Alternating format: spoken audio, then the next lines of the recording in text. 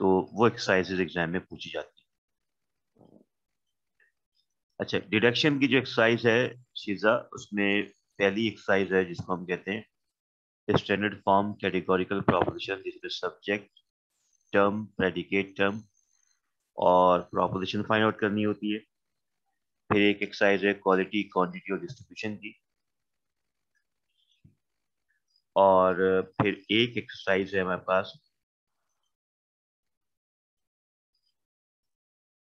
Square of opposition की।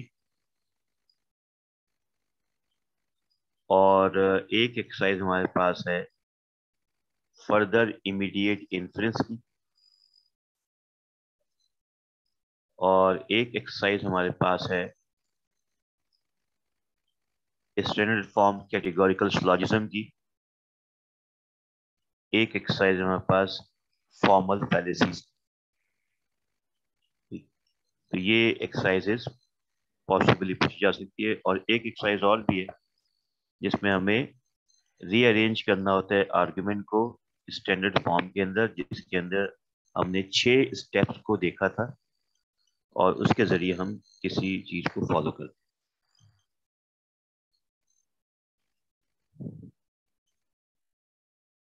जी, ये सब डिटेक्शन की एक्सरसाइजेज है।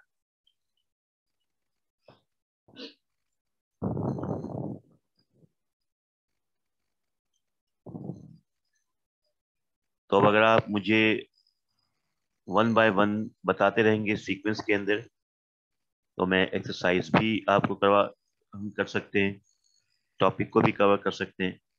लेकिन थोड़ा सा आपको पार्टिसिपेट करना पड़ेगा, थोड़ा एक्टिव होकर मुझे बताना पड़ेगा, ताकि ज्यादा वेट ना करना पड़े और टाइम जाया ना।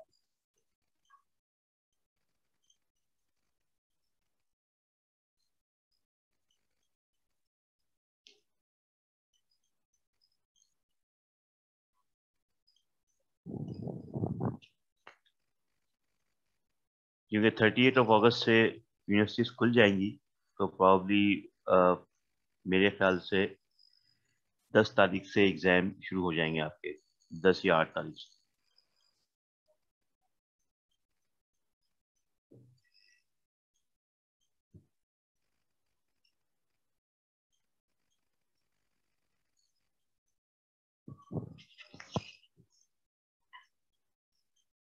जी, तो बताइए कहाँ से शुरू करूं जल्दी से, आप लोग तो सोच रहे हैं इतना। करते हैं सबसे पहले डेफिनेशन वाली एक्सरसाइज से। और शीजा को जो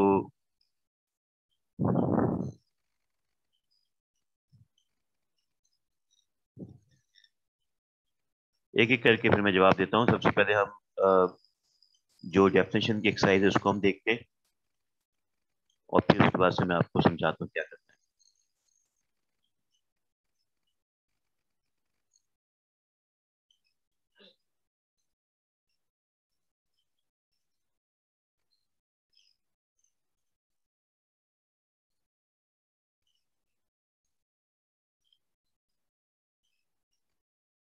सबसे पहले जो हम एक एक्सरसाइज को यहाँ डिस्कस कर रहे हैं, और इस एक्सरसाइज का ताल्लुक है चैप्टर डेफिनेशन से। करना आपको यह है कि construct definition for the following terms. ये आपको टर्म्स दी गई है। जब भी हम कहते हैं टर्म्स, तो टर्म्स से हमारी मुराद डेफिनेंडम, जिस वर्ड को डिफाइन किया जाएगा। So construct definition of the following terms by matching the definiendum. Definiendum हम कहते हैं उस चीज को जो कि मायने हमें दे रहे होते हैं किसी डेफिनेंडम के। वो मायने जो हम कंस्ट्रक्ट करते हैं उसको हम कहते हैं डेफिनेंडम। So construct definition for the following terms by matching the definiendum with an appropriate genus and differences. डेफिनीज जो हैं वो दो हिस्सों में डिवाइड होते हैं, एक को हम कहते हैं जीनियस और एक को हम कहते हैं डिफरेंसेस।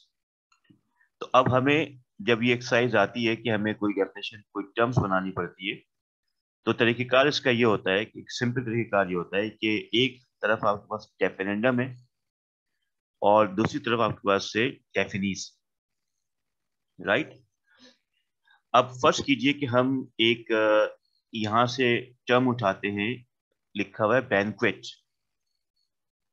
अब इसके लिए जरूरी है कि आपको थोड़ा सा अंग्रेजी के मायने पता हो। अगर उर्दू में बनाने हो तो वो कोई मसला नहीं है। बहरहाल, तो यहाँ पर एक लफ्ज दिया गया है बैंक्वेट, ठीक है।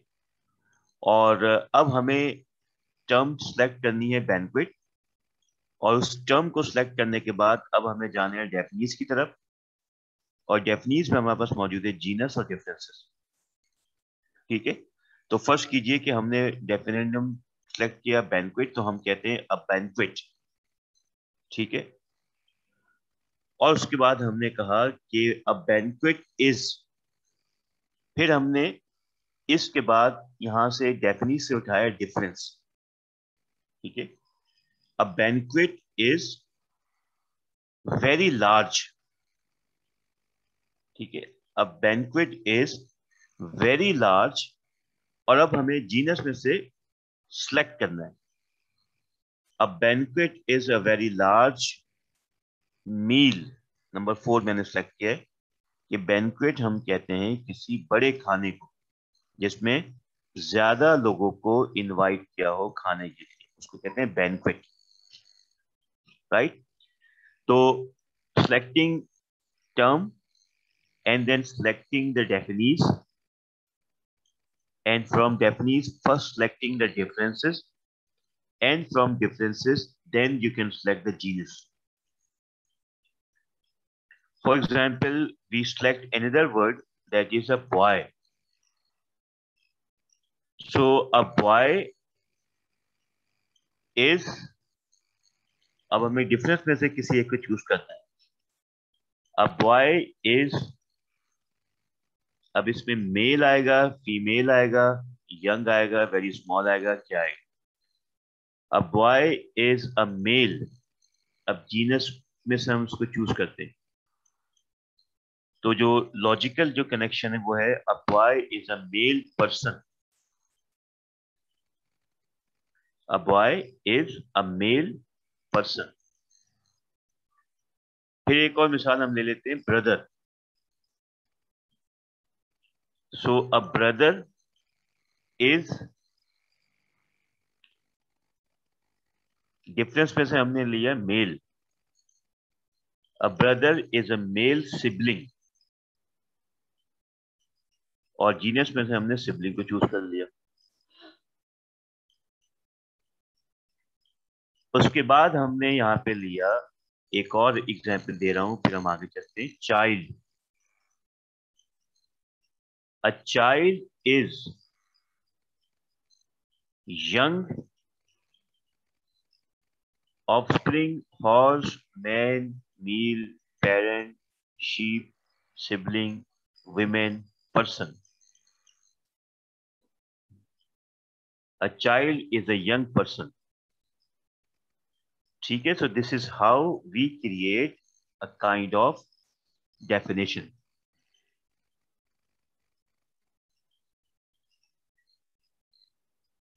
जी मैंने करवाई है ये, लेकिन ये हमने नहीं पूछी है, इसलिए मैं बता रहा हूँ। एक्सरसाइज मैंने सारी करवाई है। ठीक है जी, तो ये एग्जाम्पल होपफुली हमने आपको समझ में आ गई होगी। और अब चलते हैं हम क्वेश्चन की तरफ। किसके? वो है मेहरुनिसा अजीज का क्वेश्चन है कि सर कन्वर्जन और वर्जन और कॉन्ट्रापोजिटिव समझाते हैं। और फिर एक और क्वेश्चन है इमीडिएट इन्फ्रेंस की एक्सरसाइज और कॉन्ट्रापोजिशन समझा रहे हैं। ठीक है, तो हम शुरू करते हैं कन्वर्जन और वर्जन एंड कॉन्ट्रापोजिटिव के।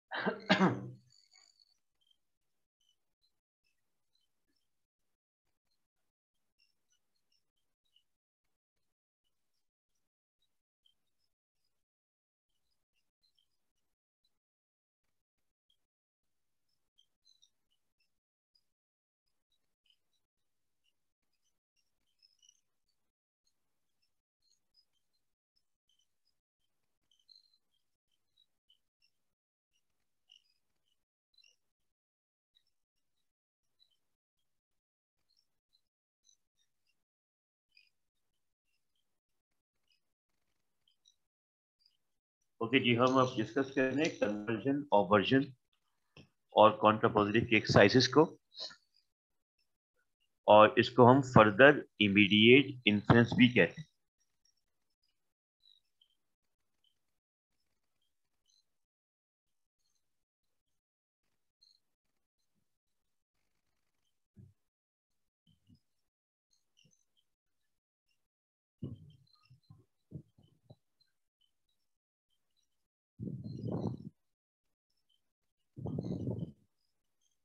ये है हमारे पास एक्सरसाइज कन्वर्जन, ऑवर्जन और कॉन्ट्रापोजिटिव। ये हम कर चुके थे, लेकिन मैं एक एक एक्सरसाइज आपको करके समझाता हूं, और अगर आप ये कहते हैं कि मैं कन्वर्जन, ऑवर्जन और कॉन्ट्रापोजिटिव के रूल्स भी आपको समझा दूं, अगर आपको याद है तो ठीक है, अदरवाइज हम डायरेक्ट एक्सरसाइज कर सकते हैं। रूल्स आपको पता है कि कन्वर्जन और ऑवर्जन के रूल्स क्या है, याद है, जहन में है, और should we go ahead directly to exercise?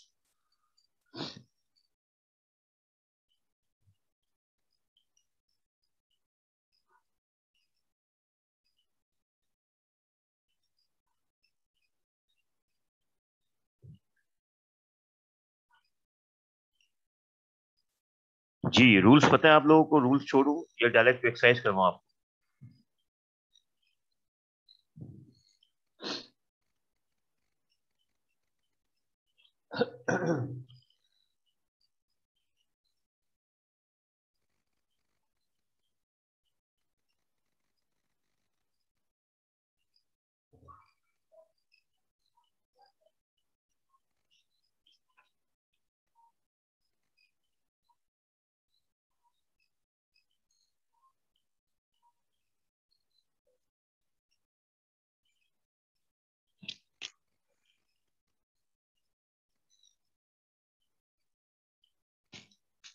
ये फर्दर इमीडिएट ही है Jain, this is the further immediate की एक्सरसाइज ही है। ये एक्सरसाइज हम कर रहे हैं एक्चुअली फर्दर इमीडिएट की है।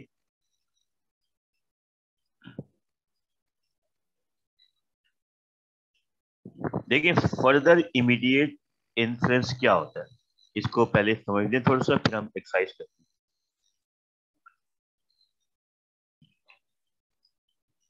फर्दर इमीडिएट इन्फ्लुएंस, इसका मतलब ये होता है कि जब हम किसी एक प्रोपोजिशन, किसी एक स्टेटमेंट को, कोई भी एक स्टेटमेंट हो सकती है, ए ई आई ओ, जब हम किसी एक सिंगल प्रोपोजिशन के अंदर कोई ऐसी चेंज लेके आते हैं, कोई ऐसी ऑल्ट्रेशन लेके आए, कोई ऐसी टेक्निकल ऑल्ट्रेशन लेके आए कि उस ऑल्ट्रेशन के बाद जो हमें नई प्रोपोजिशन मिले, जो हमें नई स्टेटमेंट हासिल हो, उस नई स्टेटमेंट की मीनिंग वही हो जो गिवन स्टेटमेंट के थे। ठीक है, तो वहां सुन लीजिए कि फर्दर इमीडिएट इन्फ्लुएंस का बुनियादी फोकस ये है कि कैसे हम एक सिंगल प्रोपोजिशन में कुछ लॉजिकल और टेक्निकल ऑल्टरनेटिव्स के बाद और ऑल्ट्रेशन के बाद एक नई स्टेटमेंट हासिल करें, और वो जो नई स्टेटमेंट हो, उस नई स्टेटमेंट का जो मायने हो वो वही हो जो कि गिवन स्टेटमेंट के थे। तो अगर वही मायने निकल के आते हैं जो कि गिवन स्टेटमेंट में थे, तो हम ये कहते हैं कि जो ऑल्टरनेशन है वो 100% इक्विवेलेंट है। 100% इक्विवेलेंट हम इसलिए कहते हैं कि जो ओरिजिनल प्रोपोजिशन है उसके मायने और जो रिजल्टेंट प्रोपोजिशन है उसके मायने में जमीन आसमान का 1 इंच का भी फर्क नहीं। They are exactly the same meaning. तो हमें ये देखना पड़ता है कि वो कौन सी ऑल्ट्रेशन है जो हमें 100% एग्जैक्ट मीनिंग देगी। और ये भी हो सकता है कि ऑल्ट्रेशन करने के बावजूद भी 100% मीनिंग ना हो, तो फिर हमें उसमें कुछ और मजीद टेक्निकल चीजें ऐड करनी पड़ती। ठीक है, तो आइए देखते हैं एक्सरसाइजेस को और फिर इसको सॉल्व करने की कोशिश करते हैं।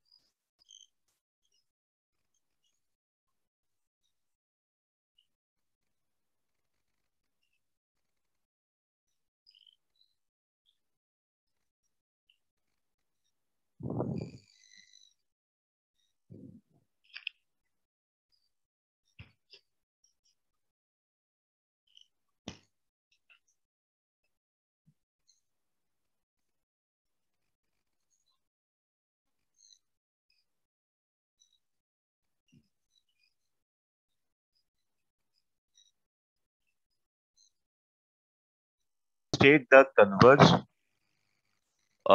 of the following proposition and indicate which of them are equivalent to given proposition। तो आइए हम एक एज अ सैंपल हम ले लेते हैं और ये आप देख सकते हैं, no people who are considerate of others are reckless, drivers who pay no attention to traffic regulation. अब इसको हमें करना है कन्वर्स। तो कन्वर्स का जो पहला रूल है वो आपको होना चाहिए पता। कन्वर्स का जो पहला रूल है, ये स्क्रीन आपको नजर आ रही है, वर्ड डॉक्यूमेंट नजर आ रहे हैं आपको।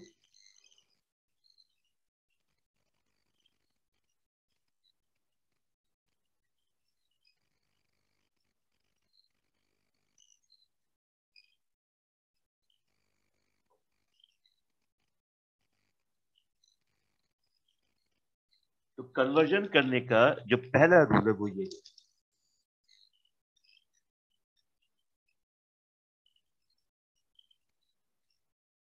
इंटरचेंज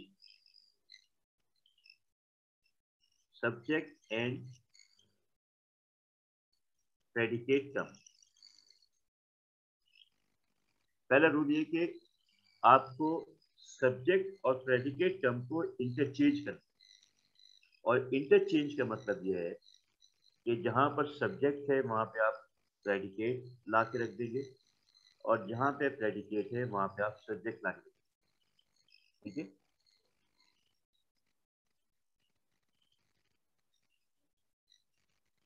दूसरा रूल या पॉइंट आपको याद रखना है,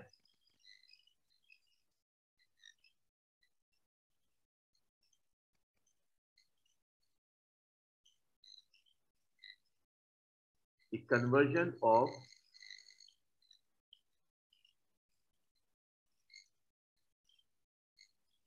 are 100%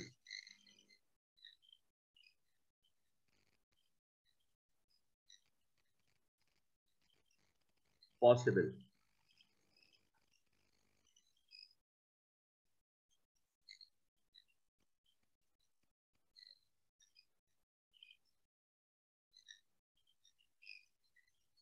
तीसरा रूल आपको याद रखना है, the conversion of proposition is not possible। और चौथा रूल है,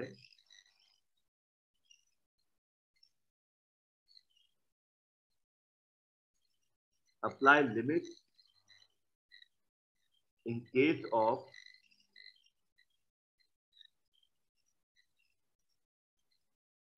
A proposition. तो इसका मतलब क्या है? Apply limit in case of A proposition. This means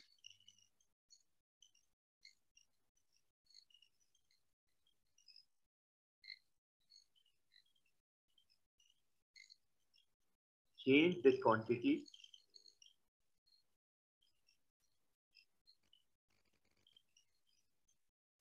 from universal to particular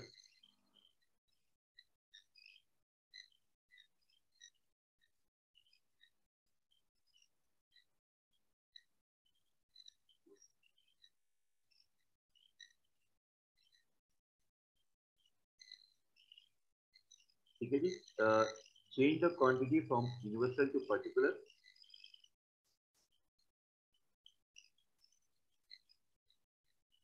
and then interchange subject predicate term. तो ये रूल्स आपको रखने हैं याद.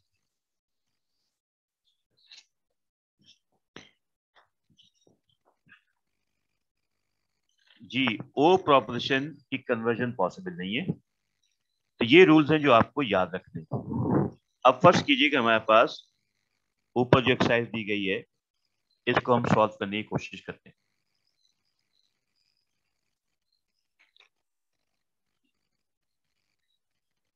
सबसे पहले पहचाने कि प्रोपोजिशन कौन सी.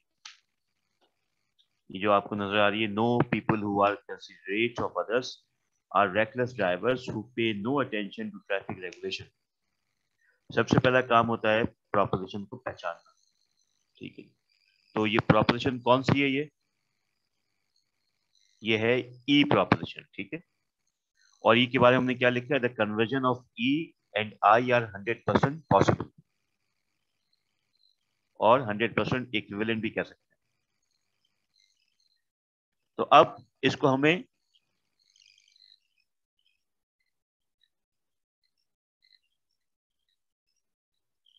चेंज करना है. तो हम क्या करेंगे?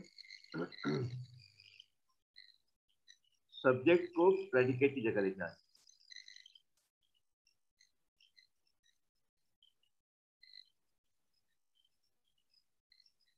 No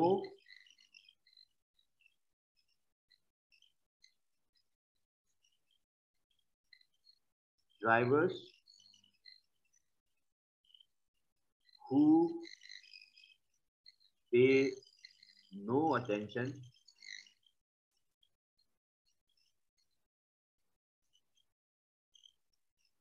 to traffic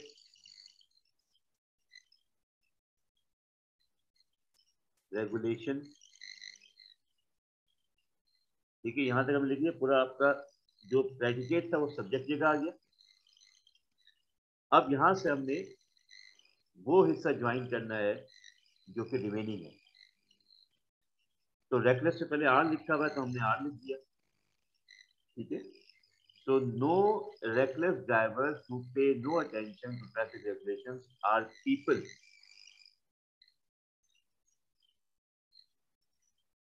who are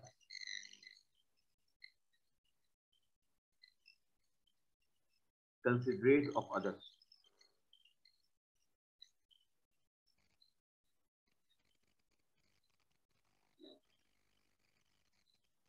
ठीक है जी, ये हो गया हमारी सॉल्यूशन इस क्वेश्चन की. एक हम ये भी देख लेते हैं जिसको हम कहते हैं ए proposition.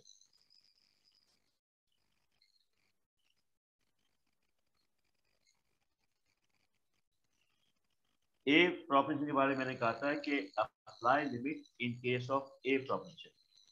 This means change the quantity from universal to particular and then interchange subject and predicate. ये हमारे पास ए प्रोपोजिशन है और इसमें हमें लिमिट अप्लाई करनी. तो देखते हैं किसका आंसर हम क्या निकालते हैं।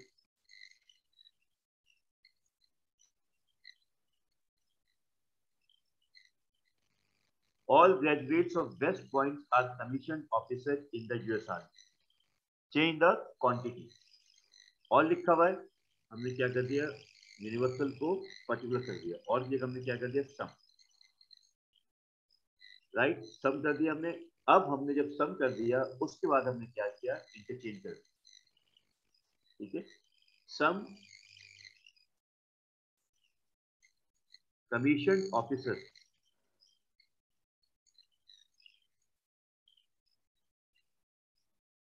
इन द यूएस आर्मी, ये लिख दिया हमने, आर, अब हमने यहां से उठा लिया सब्जेक्ट, ग्रेजुएट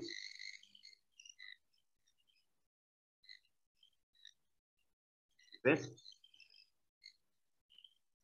पॉइंट, ठीक है जी, ये हो गया इसका सॉल्यूशन।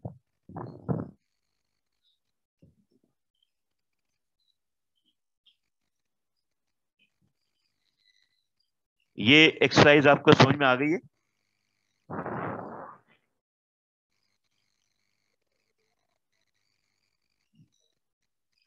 हो गई ये प्रॉब्लम क्लियर आपकी? ठीक है जी, तो ये सेशन में एक्सपायर हो रहा है इसका, आप सबसे पहले एक स्क्रीनशॉट मुझे ले लें, लेके भेज दें, और फिर मैं दोबारा ज्वाइन कर रहा हूँ। इकरा प्लीज, थैंक यू।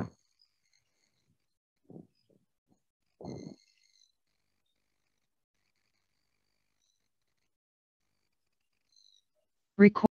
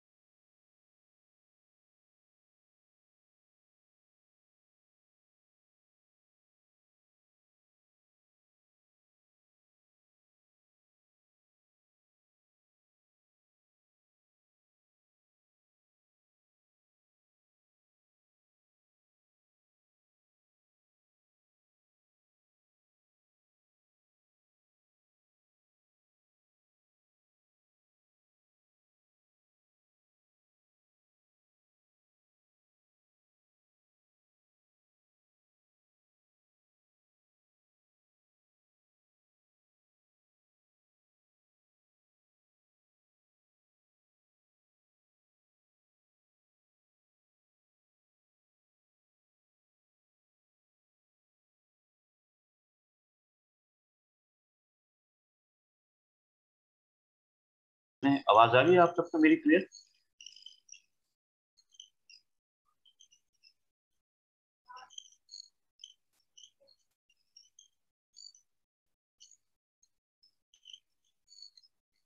ठीक है जी, तो अब हम शुरू करते हैं। कन्वर्जन मैंने आपको अभी शेयर किया है, Recording stopped. और अब हम बात करेंगे Recording in progress. ऑवर्जन की।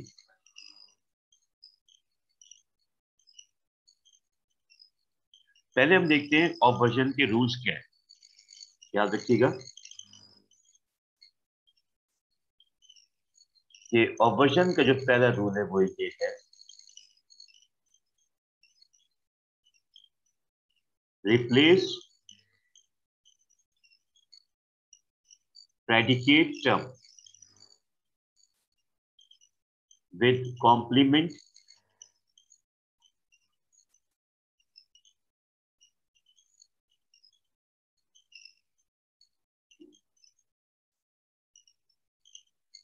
नॉन। और वर्जन में आप क्या करेंगे कि जो भी स्टेटमेंट आपको दी गई है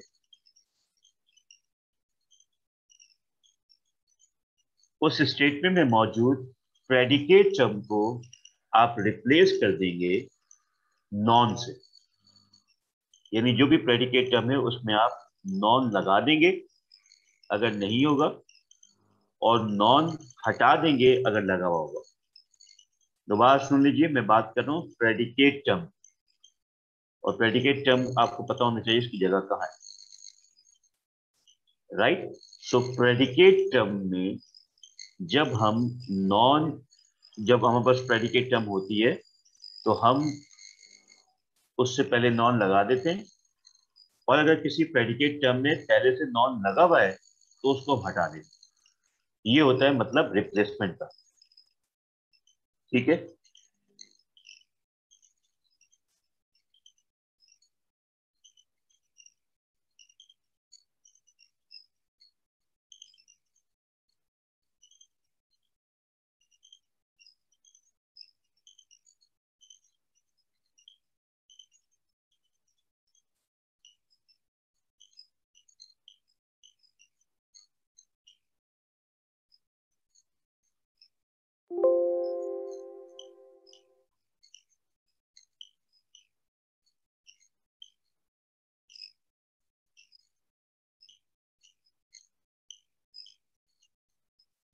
Version of A, E, I, and O are 100% equivalent.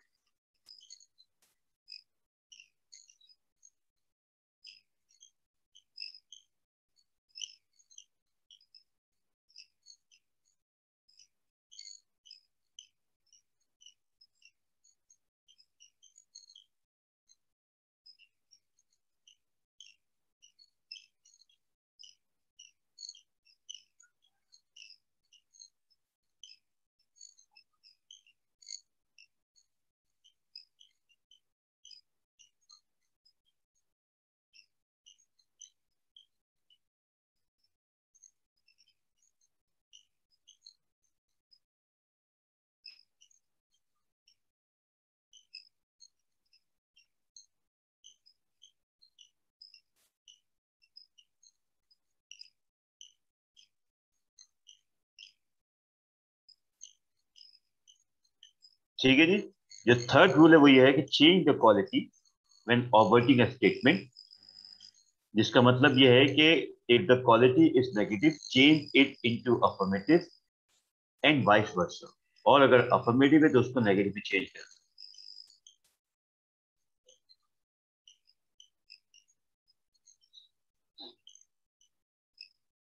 ये क्वेश्चन ऐसे ही आते हैं जैसे लिखे में आपके सामने जैन, ऐसे ही ये सवाल इसमें आ सकता है। एक्सरसाइज अगर आएगी तो ऐसे आएगी, वरना एक्सप्लेन किया जाएगा आपको, और एक्सप्लेनेशन के अंदर भी आपको इसको सोल्यूशन करके बताना पड़ेगा, सॉल्व करके बताना पड़ेगा।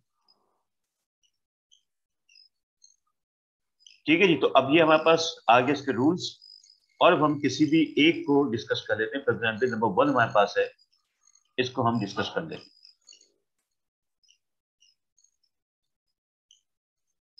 जी, कौन इसको मुझे करके बताएगा? Some college athletes are professionals. Rules आपके सामने।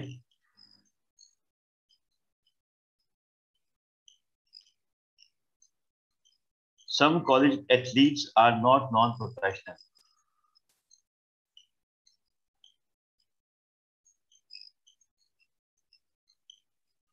जी, हम नादरा एक्सप्लेन करेंगे इसे आप।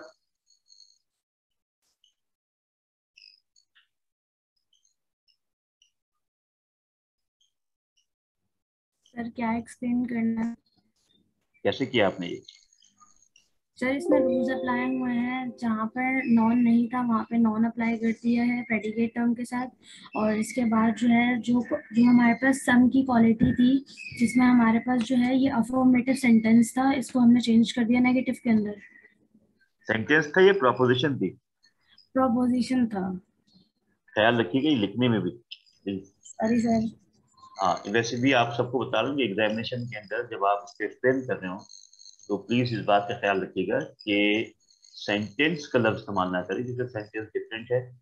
सेंटेंस का ताल्लुक ग्रामेटिकल स्ट्रक्चर से, प्रोपोजिशन का ताल्लुक जो है वो लॉजिक से।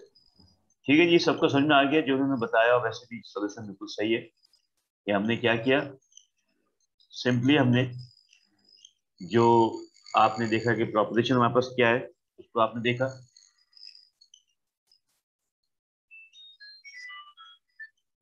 और प्रोपोजिशन को देखने के बाद आपने क्या किया, आपने जो रूल्स उसको अप्लाई कर दिया। तो आई थिंक मुझे मजीद इसको करने की जरूरत नहीं है।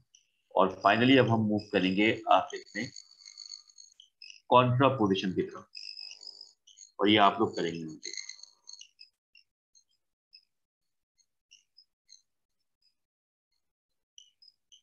कॉन्ट्रा पोजिशन में हम क्या करते हैं, इसको मैं पहले आपको एक्सप्लेन कर देता हूं। कॉन्ट्रा पोजिशन को हम 3 स्टेप में करते हैं।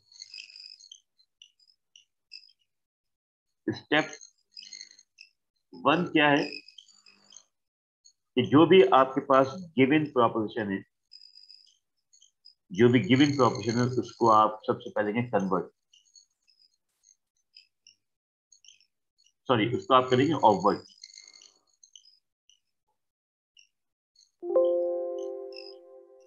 फिर ऑफवर्ड के बाद जो स्टेटमेंट आएगी वो होगा स्टेप 2, उसको आप करेंगे कन्वर्ट या कन्वर्स। कन्वर्स से जो स्टेटमेंट आएगी, अगर आएगी तो उसको आप करेंगे स्टेप 3 में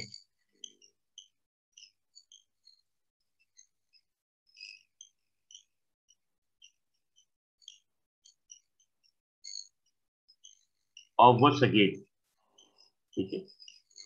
और जो रिजल्टिंग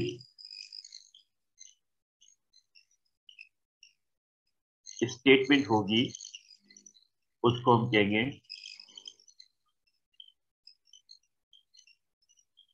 कॉन्ट्रा पॉजिटिव, ठीक है। तो ऑफवर्ड अभी हमने सीखा है, कन्वर्स हमने सीखा है, हमें क्या करना है, बस इसको रिपीट करना है और उसके बाद हमें इसको सॉल्व करना है। तो देखते हैं कि एक्सरसाइज और फिर इसको सॉल्व करने की कोशिश करते हैं।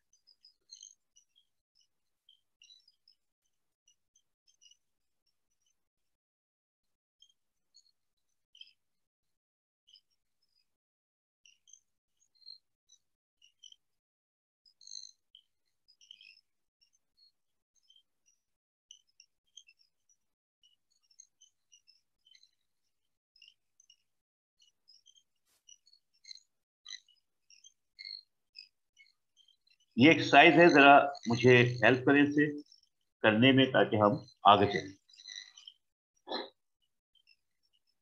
Some non-citizens are not non-residents.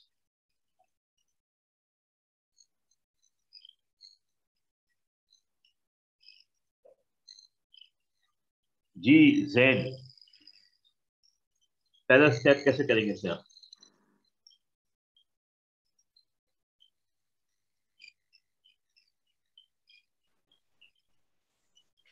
Sir पहले इसको ऑब्जर्व करें, वो करेंगे, बताइए क्या करेंगे, क्या लिखूं? ऑब्जर्व करेंगे। बिल्कुल करेंगे, क्या लिखूं क्या? Some non citizens hmm, are non residents.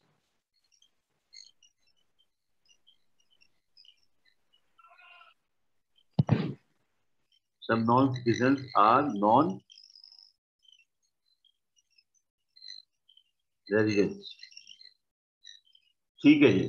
some non-citizens are non-residents, तो यहां तक तो आपने किया, लेकिन इसमें गलती आप कर गए। क्या वो गलती पता है?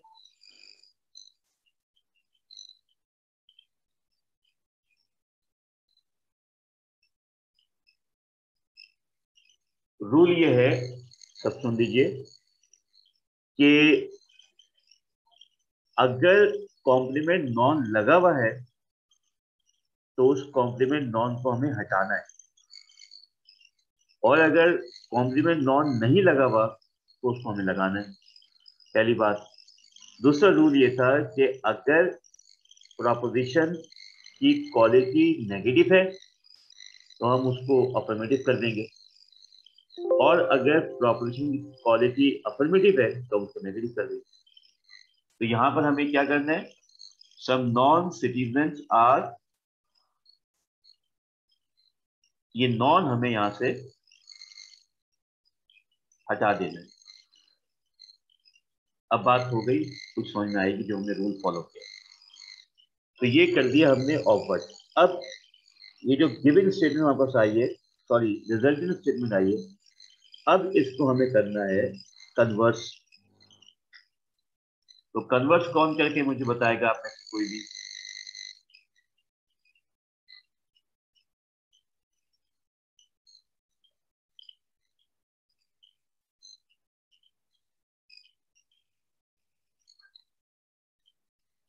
जी सुमामा हुसैन। अब हम इसमें क्या करेंगे?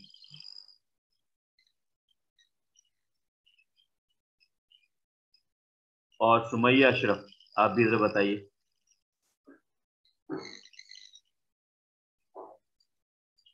आपके माइक मैंने खोल दिए, तो anyone of you can explain this.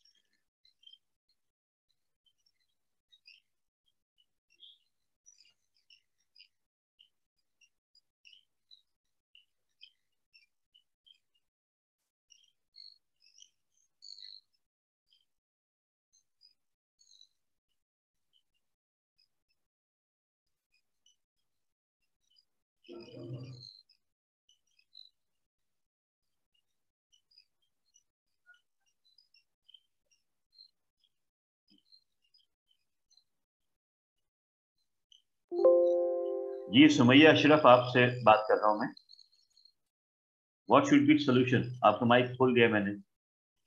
और सुमामा हुसैन,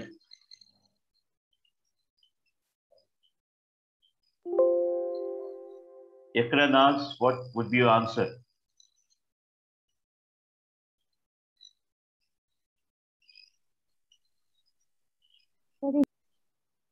क्वेश्चन मेरा ये है कि इसको हम कन्वर्ट कैसे करेंगे, जो गिवन स्टेटमेंट दी गई आपके सामने।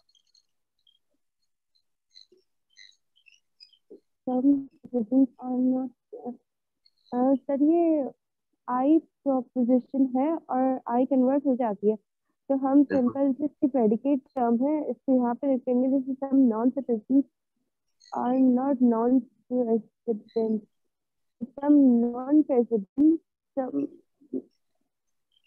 Non president are not some citizen. Confuse हो गई आप। सर कन्वर्ट करना ना, कन्वर्ट तो यही था ना। Some non citizen are resident, इसको आप कन्वर्ट करें, बताइए, मैं लिखता हूँ। सम, अब इसके बाद क्या लिखूं? सम नॉन रेजिडेंट ये कन्वर्ट हम कर रहे हैं, are are citizen, non citizen. ठीक है, शुक्रिया, थैंक यू। ये इन्होंने सही कन्वर्ट किया है भाई, कोई बताएगा?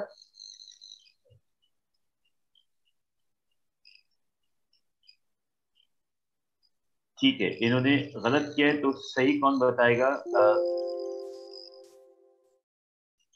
सुमामा और सुमैया ने अभी तक मुझे रिस्पॉन्स नहीं किया।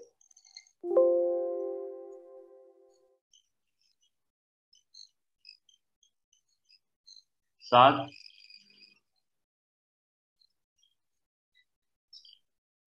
यस सर, इसमें ये रॉन्ग किया है। तो सही आप करें, कैसे बताइए, क्या करें सर?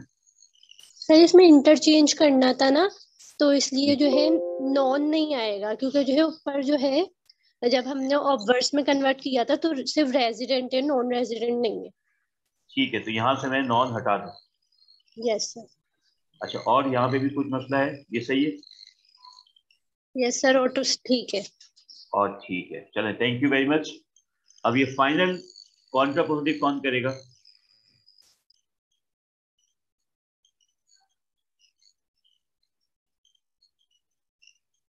जी बताइए हमना।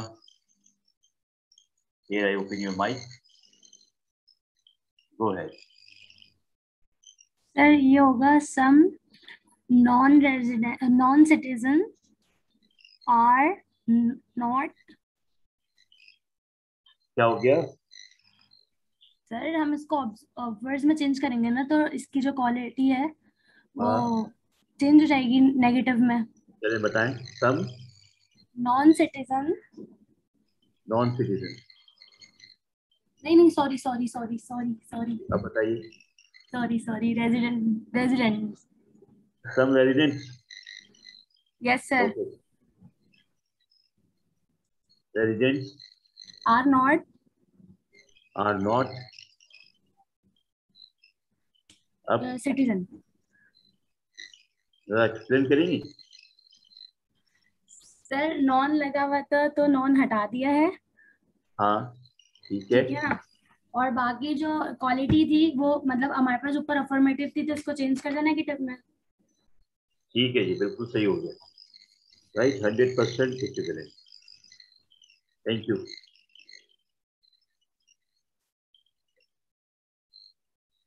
हो गया जी ये काम, समझ में आ गई बात?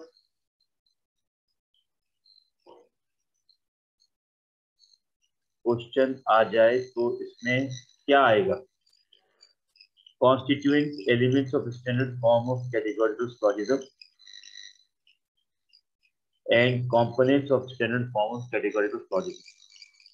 तो इसमें आपको लिखना होगा ये जो सवाल जो आपने यहाँ शेयर किया है चैट पे, तो अगर ये सवाल आ जाए तो आपको लिखना होगा इसमें जितने भी कैटेगोरिकल सिलोजिज्म के की टर्म्स हैं वो आपको एग्जाम्पल के साथ दिखानी पड़ेगी और लिखनी पड़ेगी।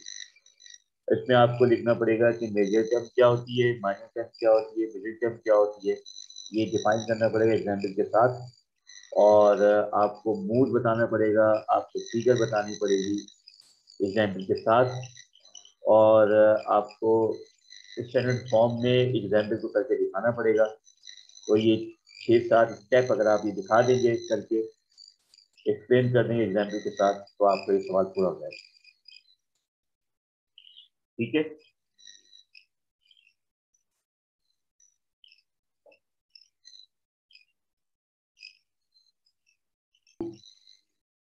What may be inferred about the truth or falsehood of the following proposition? That is, which can be known to be true, which can be known to be false, and which are undetermined. ये अगर exercise आ जाए तो इसको आप कैसे करेंगे?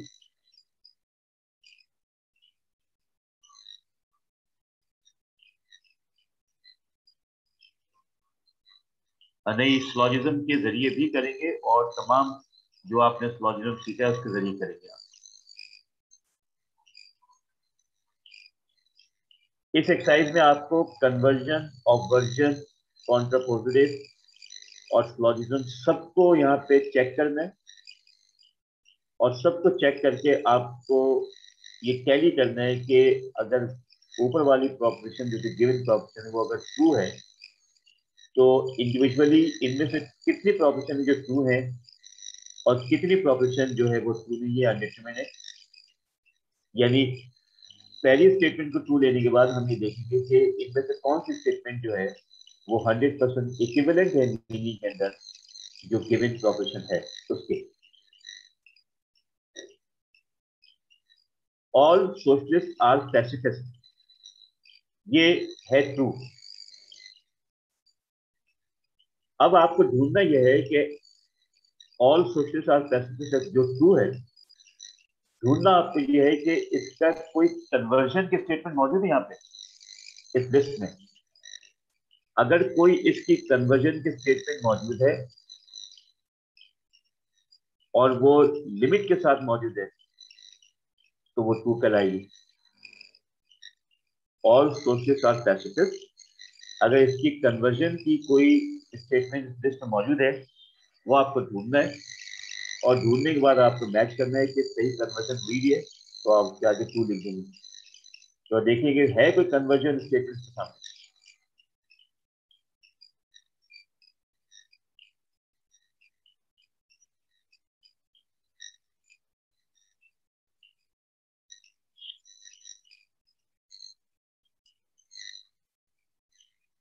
ठीक है, तो सबसे पहले आपने कन्वर्जन चेक किया और इसमें कोई भी ऐसी स्टेटमेंट नहीं जो कन्वर्ट नहीं। ठीक है, आगे चले। अब आपको ढूंढना है कि इसमें कोई ऐसी स्टेटमेंट है जो ऑबवर्ट हुई है, यानी ए प्रॉपरेशन की कोई स्टेटमेंट जो कि ऑबवर्ट हुई हो यहाँ पर मौजूद है। अगर है तो उसको चेक करें, नहीं है तो आगे चलो।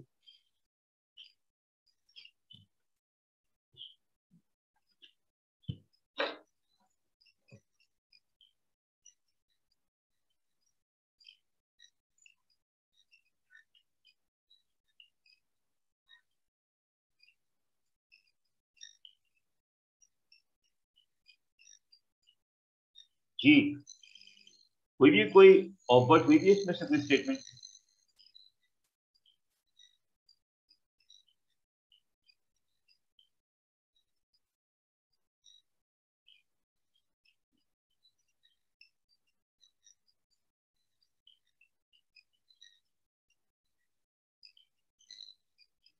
बिल्कुल ठीक है, कोई भी इसमें ऑफर नहीं हुई।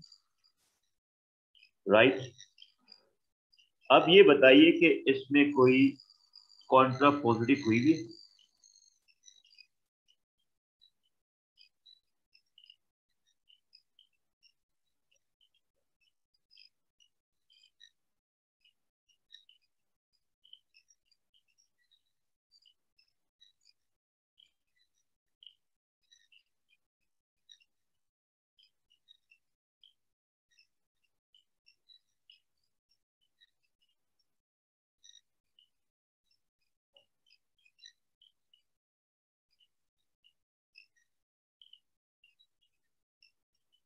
जी, कॉन्ट्रा पॉजिटिव इसमें हुई भी है।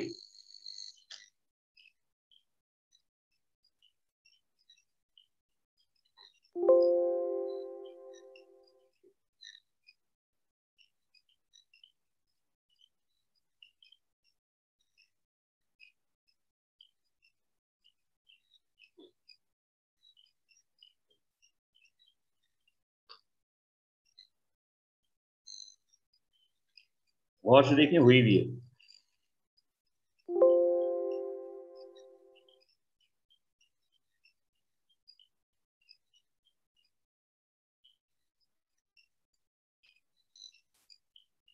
तो नंबर 2, पहले शीजा की बात कर लें कि ये कह रही है कि नंबर 2 जो है वो ऑफर हुई भी है, जबकि हमना और